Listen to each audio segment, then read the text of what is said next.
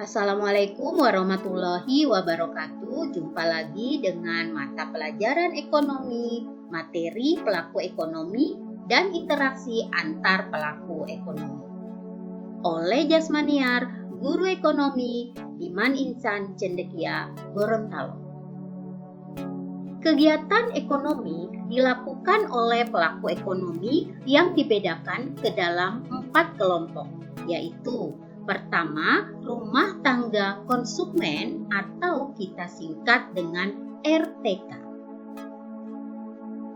Rumah tangga konsumen baik sebagai individu atau kelompok melakukan kegiatan sebagai penyedia faktor produksi, penerima balas dan jasa, pengkonsumsi barang dan jasa, dan membayar pajak serta menerima subsidi dari pemerintah. Faktor produksi yang pertama adalah kepemilikan atas alam atau land yang balas jasanya adalah sewa atau rent. Faktor produksi yang kedua adalah tenaga kerja atau biasa kita sebut dengan labor dan memperoleh balas jasa berupa upah atau gaji atau wage. Kemudian faktor produksi yang ketiga, modal atau capital yang balas jasanya berupa bunga atau margin atau interest. Faktor produksi yang keempat adalah kewirausahaan atau biasa kita sebut dengan skill yang balas jasanya adalah laba atau profit. Sekarang pelaku ekonomi yang kedua, yaitu rumah tangga perusahaan atau kita singkat dengan RTP. Dari hasil pengelolaan faktor produksi yang dibeli dari rumah tangga konsumen, rumah tangga perusahaan akan menghasilkan produk-produk atau barang yang dibutuhkan oleh konsumen. Selain itu juga menghasilkan jasa, misalnya jasa penerbangan. Kemudian pelaku ekonomi yang ketiga adalah rumah tangga pemerintah atau kita singkat RTG. G-nya itu adalah government. Nah, selain sebagai pelaku ekonomi, RTG juga sebagai pengatur perekonomian.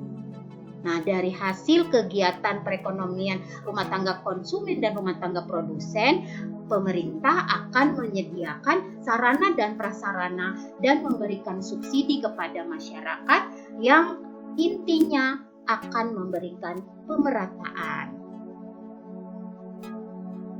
Selanjutnya, pelaku ekonomi yang terakhir yaitu rumah tangga masyarakat luar negeri atau kita singkat RTLN.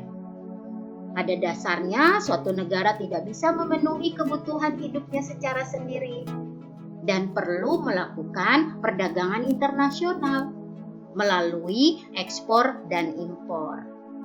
Jadi kalau ekspor itu adalah mengirim barang ke luar negeri. Contohnya Indonesia mengirim hasil alam ke luar negeri. Dan impor membeli barang dari luar negeri. Contohnya kita membeli barang-barang industri. Hasil ekspor impor itu nanti akan diperoleh yang namanya devisa. Nah, dalam neraca perdagangan nanti ekspor dan impor ini akan dicatat. Kalau dia surplus berarti ekspor lebih besar daripada impor.